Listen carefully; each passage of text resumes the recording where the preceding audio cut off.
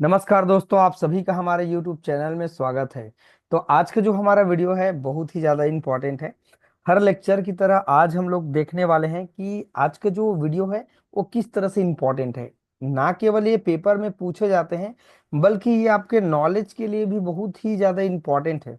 तो हर स्टूडेंट को इनको पढ़ना पड़ेगा और आपके नॉलेज के लिए भी आपका बहुत जरूरी है, राइट ना। तो इन चीज़ों को आप अच्छे से करिए। देखिए, इसके पहले वाला और 3-4 लेक्चर मैंने आपको दिया हुआ है, उनको जाके आप प्लीज जरूर पढ़ें।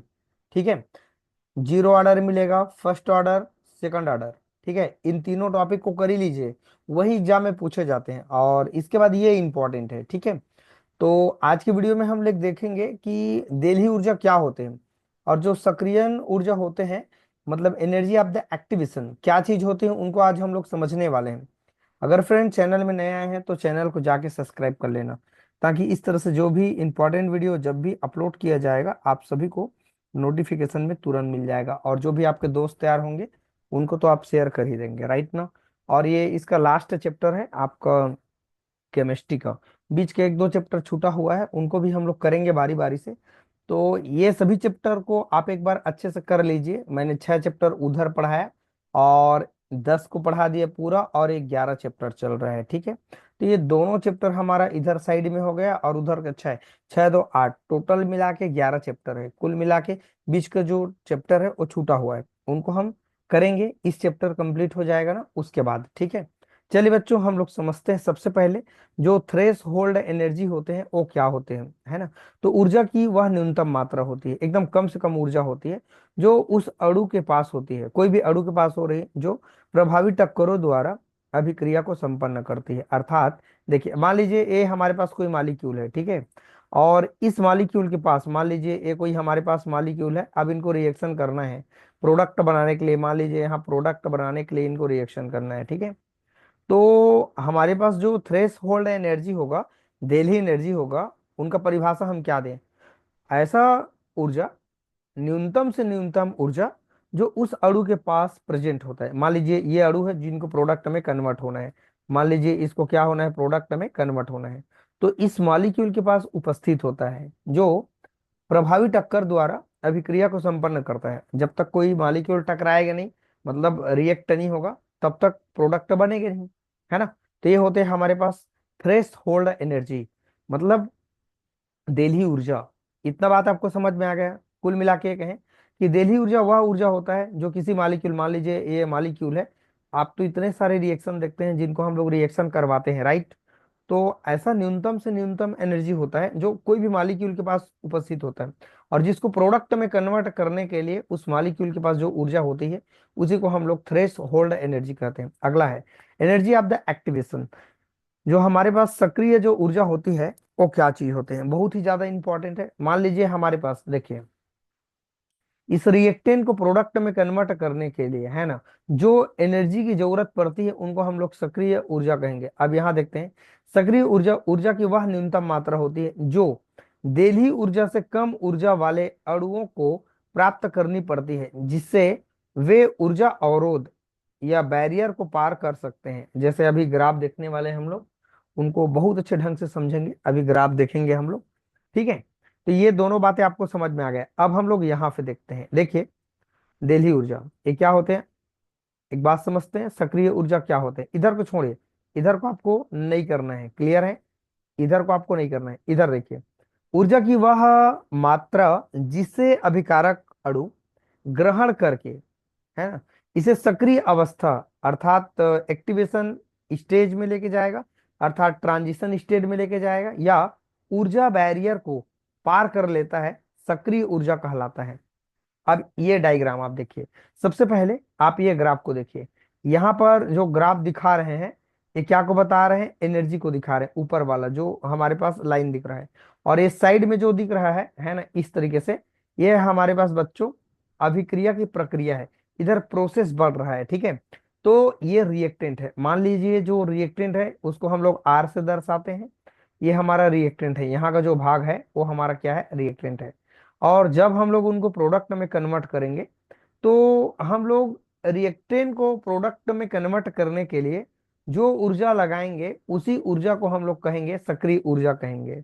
जैसे यहाँ पर आप देख पा रहे हैं, जैसे कि यह अग्र अभिक्रिया है, मतलब रिएक्शन के पहले, जो प्रोडक्ट के पहले की जो प्रोसेस होती है उनको अग्र अभिक्रिया कहते हैं। ठीक है, ये होते हैं ई ए। ई का मतलब होता है एनर्जी, ए का मतलब होता है एक्टिवेशन। एक्टिवेशन एनर्जी, सक्रिय ऊर्जा कहते हैं। ठीक है, तो अगला देखते हैं हम लोग, हमारे पास जो बैकवर्ड रिएक्शन है, मतलब जो आगे का जो रिएक्शन है ना, तो ये प्रतीप अभिक्रिया कहलाएगा। जो ट्रांजिशन स्टेट के बाद वाला जो प्रोसेस होगा उनको हम लोग क्या कहेंगे बच्चों, प्रतीप अभिक्रिया कहेंगे। और यहाँ बन जाते हैं प्रोडक्ट। आप समझते हैं बारी बारी से, देखिए ये हमारे पास यहां से लेकर के यहाँ की जो एनर्जी होगा उनको हम लोग क्या कहेंगे, डेल्ही ऊर्जा कहेंगे। और जो उत्पाद और रिएक्टेंट का बीच का जो एनर्जी का जो गैप होगा उनको डेल एच से दर्शाते हैं। ठीक है, एंथैल्पी आप जानते होंगे, एंथैल्पी में चेंज परिवर्तन को शो कर रहा है।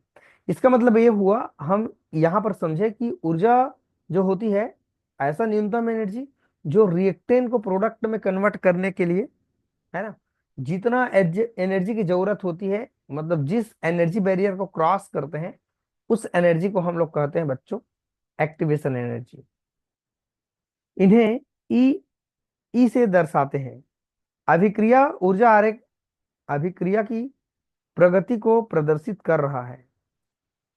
जब अणु पास पास आते हैं तो उनके कुछ भौतिक परिवर्तन होते हैं, जैसे कि स्ट्रक्चर, ओरिएंटेशन मतलब अभिविन्यास, और आंतरिक कंपन और अंतरा आणविक दूरी में परिवर्तन होता है, जिससे अणु की जो एनर्जी में परिवर्तन होता है। बिल्कुल, जब भाई रिएक्शन होने के लिए दोनों पास पास आएंगे, मान लीजिए यहाँ पर कोई हमारे पास रिएक्टेंट है और ये भी रिएक्टेंट है, और दोनों को रिएक्शन करना है, तो दोनों के अणु पहले सबसे पहले पास पास आएंगे। पास पास आएंगे तो उनके संरचना, अभिविन्यास और आंतरिक जो कंपन होगा, वाइब्रेशन होगा, और अंतर आणविक जो डिस्टेंस होगा वो भी क्या होगा, चेंज होता है, जिससे अणु की एनर्जी में क्या होने लगते हैं, चेंज होने लगते हैं। क्लियर हो यहाँ तक? अणु की ऊर्जा में यह परिवर्तन तब तक होता रहता है जब तक कि जो हमारे पास सक्रिय संकुल मतलब एक्टिवेटेड जो कॉम्प्लेक्स बन नहीं जाते। मतलब यहाँ पर ट्रांजिशन स्टेट है, टीएस कहते हैं इनको।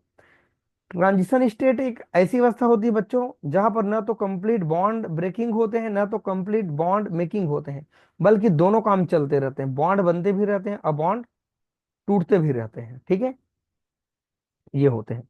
अतः हम कह सकते हैं कि किसी अभिक्रिया की जो एक्टिवेशन जो एनर्जी होती है, अभिकारकों की स्थितिज ऊर्जा तथा सक्रियण संकुल की स्थितिज ऊर्जा का क्या होता है, अंतर होता है।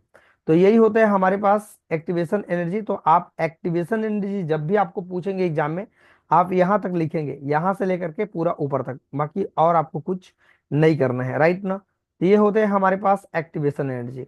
और बाकी बच्चों ये जो ग्राफ हमारे पास दो ठो दिखाई दे रहा है, चलिए मैं ग्राफ को थोड़ा सा दिखाने की कोशिश करता हूं आपको, दोनों ग्राफ में क्या अंतर है। देखिए ये उष्मा क्षेपी है, मतलब एक्जोथर्मिक, और ये है एंडोथर्मिक। ठीक है, एक्जोथर्मिक एंडोथर्मिक, उष्मा क्षेपी और उष्मा शोषी, दोनों जो ग्राफ है उसमें अंतर क्या है देखिए।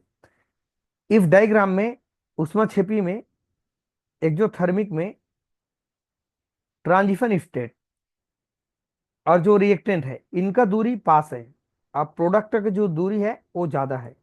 लेकिन यहाँ उल्टा है, ट्रांजिशन स्टेट और रिएक्टेंट का दूरी ज्यादा है, ट्रांजिशन स्टेट और प्रोडक्ट का दूरी क्या है, पास है। ये जो एनर्जी होगा जो रिएक्टेंट को प्रोडक्ट में कन्वर्ट करेगा उनको हम लोग एक्टिवेशन एनर्जी कहेंगे। तो ये उत्प्रेरक के साथ हो रहा है। जब कोई कैटालिस्ट आते हैं, उत्प्रेरक आते हैं, तो अभिक्रिया फास्ट होने लगती है। आपने पहले वीडियो में देखा होगा, राइट। तो ये चीज है, थोड़ा फिर डायग्राम को अगर आप देखना चाहें, लेकिन आपके सिलेबस के अकॉर्डिंग जितना मैं आपको बता रहा हूँ वही पढ़ें। ज्यादा याद भी नहीं होगा, इतने कम समय भी बचे हैं, ज्यादा पढ़ना भी हमारे लिए उतना नहीं है, राइट ना। तो समय बचा नहीं है। एक रिएक्शन आप देख सकते हैं, H2I2 को रिएक्ट कराएंगे तो हाइड्रोजन आयोडाइड बनेंगे, मान लीजिए अभिकारक है, ये आपका एक्टिवेटेड कॉम्प्लेक्स बनेगा, फिर ये आपका प्रोडक्ट बनेगा। यही आपका मध्यवर्ती होता है, जो ये बता रहे हैं कि ये वाला जो स्टेज है बता रहे हैं, ये वाला जो टॉप वाला जो भाग दिखा रहे हैं टॉप वाला, तो यही आपका एक्टिवेशन स्टेज होगा, मतलब एक्टिवेटेड स्टेज होगा, अर्थात ट्रांजिशन अवस्था होता है। और बच्चों ये देखिए, अब इसी को हम बता रहे हैं, देखिए H2 I2 को रिएक्शन कराएं। ठीक है, देखिए जैसे आप यहाँ देख पा रहे हैं H2 और I2 दोनों को हम लोग रिएक्शन करा रहे हैं। थ्योरी को आप लोग पढ़ लीजिएगा, कोई दिक्कत नहीं है। तो यहाँ क्या होगा, ये दोनों का बीच का बॉन्ड ब्रेक होगा। ठीक, और यहाँ भी दोनों का बॉन्ड ब्रेक होगा, और ये दोनों का बॉन्ड जुड़ेगा, इसके साथ ये बॉन्ड बनाना चाहेगा और इनके साथ ये बॉन्ड बनाना चाहेगा, जैसे कि आप यहाँ देख पाएंगे। ठीक है, तो यहाँ का बॉन्ड ब्रेक होना चाहेगा और यहाँ का बॉन्ड ब्रेक होना चाहेगा।